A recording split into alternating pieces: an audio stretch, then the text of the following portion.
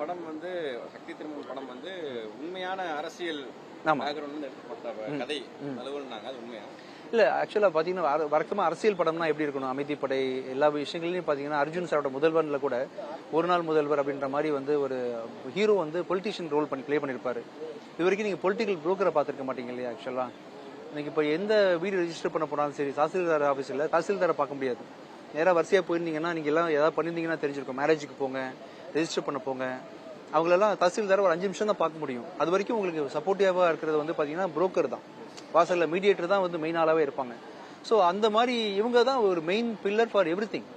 பொலிட்டிக்கலையும் பார்த்தீங்கன்னா நிறைய விஷயங்களை ஆட்டு வைக்கிறது, ஊக்குவிக்கிறது, நகர்த்துறது, ஏற்றுறது எல்லாமே இப்போ புரோக்கர்ஸ் தான் இருப்பாங்க.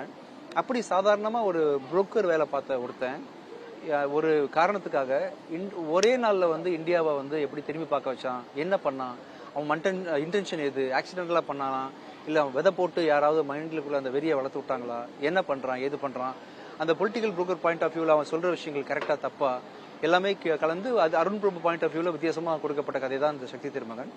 ஸோ இது எட்டனதர் பொலிட்டிக்கல் படம் தான், ஆனால் வந்து பொலிட்டீஷியன் ஆங்கிலேருந்து இதை காட்டல, பப்ளிக் ஆங்கிலேருந்து காட்டுறோம். ஸோ சொன்ன கதையை சொல்லும்போது கேட்டேன், அருண் பிரபு நல்லா இருக்கே, இதை கொஞ்சம் சில விஷயங்கள் மட்டும் மாடிஃபை பண்ணால் பிச்சைக்காரன் அப்படின்னு டைட்டில் வச்சிடலாமே, பிச்சைக்காரனா இன்னுமே ரீச் ஆகுமே அப்படின்னு சொல்லி கேட்டேன் அவர்கிட்ட. ஏன்னா பிச்சைக்காரனோட ஓவரால் கான்செப்ட் பார்த்தீங்கன்னா இட்ஸ் டாக்கிங் அபவுட் மணி, அது மாதிரி தான் விஷயங்கள் இருக்குன்றதால இது வந்து இன்னொரு பிச்சைக்காரன் கூட சொல்லலாம்.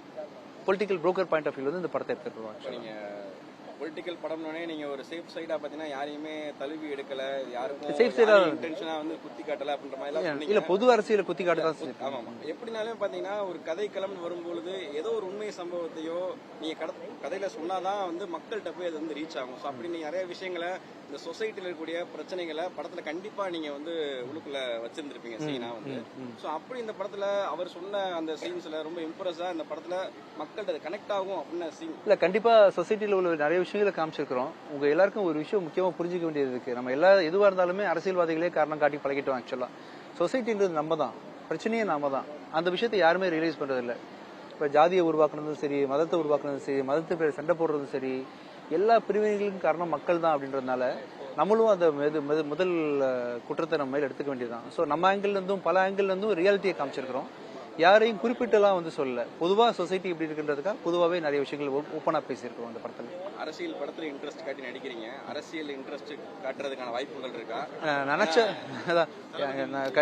கண்டிப்பா நினைச்சா வந்து நிறைய விஷயம் வந்து பண்ண முடியும். ஆனா எனக்கு அது விருப்பமே கிடையாது. ஆக்சுவலா மெசேஜ் நிறைய சொல்றீங்க, பொலிட்டிக்கல் வந்தா நம்ம மக்கள் நிறைய மெசேஜ் சொல்லலாம். அது ஏன் வேலை அது இல்லையே. இப்போ நான் நடிகனா இருக்கிறேன் முழு நேரமா, ஸோ மியூசிக் பண்ணிட்டு இருக்கிறேன், படங்கள் தயாரிச்சிட்டு இருக்கிறேன்றதுனால இதுக்காக வந்து போட்டி போட்டு உயிரை கொடுத்து களத்துல எத்தனை பேர் உழைச்சு கத்திட்டு இருக்கிறாங்க ஆக்சுவலா. ஸோ அவங்க என்னோட 10-15 வருஷம் சீனியர்ஸ் இல்லையா. பல தலைவர்கள் நான் பேர் சொல்லாமல் உங்களுக்கு தெரியும். எல்லாருமே வந்து எவ்வளவோ காலையிலேருந்து நைட்டு வரைக்கும் படுக்கிற வரைக்கும் அதுவே வேலையா, அதுவே படிப்பா, அதுவே யோசனையா இருக்கும் பொழுது நம்ம எதுக்கு அதை பண்ணோம்? நமக்கு இத்தனை பேர் வந்து போட்டி போடுறாங்களே. புதுசா வந்திருக்க அந்த பொலிட்டிக்கல் லீடருக்கு உங்களுக்கும் எல்லாருக்குமே ஆதார் கொடுத்துடலாம். ஏன் ஒருத்தருக்கு தரணும்? எல்லாருக்குமே கொடுத்துடலாம். உங்களுக்கு மட்டும் ஃப்ரெண்டா இருக்க முடியுமா? உங்களுக்கு நான் ஃப்ரெண்டு தான் தம்பி, சொல்லுங்கப்பா. எல்லாருக்கும் ஃப்ரெண்டா இருக்கணும் இல்லையா? எல்லாருக்கும் ஆதரவு கொடுத்துடலாம். ட்ரெண்ட ஃப்ரெண்ட் ஆக்கிக்கோங்க. தந்தி டிவியின் சப்ஸ்கிரைபர்ஸ் அண்ட் ஃபாலோவர்ஸ் குடும்பத்துல நீங்களும் இணையுங்க.